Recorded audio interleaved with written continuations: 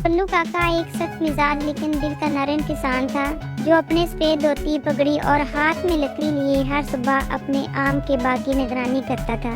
लेकिन पिछले कुछ दिनों से उनके रसीले आम गायब हो रहे थे। जब भी वो देखता है, उनकी सफेद गाय गोरी आम के दरख्तों के पास खड़ी मिलती है।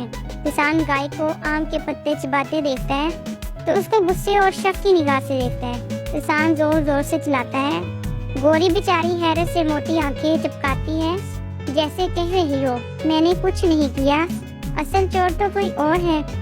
एक शरीर बंदरों का गिरोह रात को आता है, आम खाते हैं और आम के छिलके गोरी के पास फेंक देते हैं। एक दिन गोलू किसान तय करता है कि छुपकर चोरों को रंगे हाथों पकड़ूंगा। वो रात को पेड़ के पीछे छुप जाता है।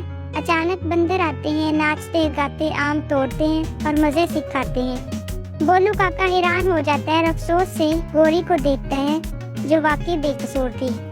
अगले दिन किसान अपने दोस्तों से मिलकर मंसूबा बनाता है। वो बंदरों को पकड़ने के लिए लड्डू एक जाल में रखकर छुप जाता है। रात को बंदर आते हैं और बिला आकर वो जाल में फंस जाते हैं।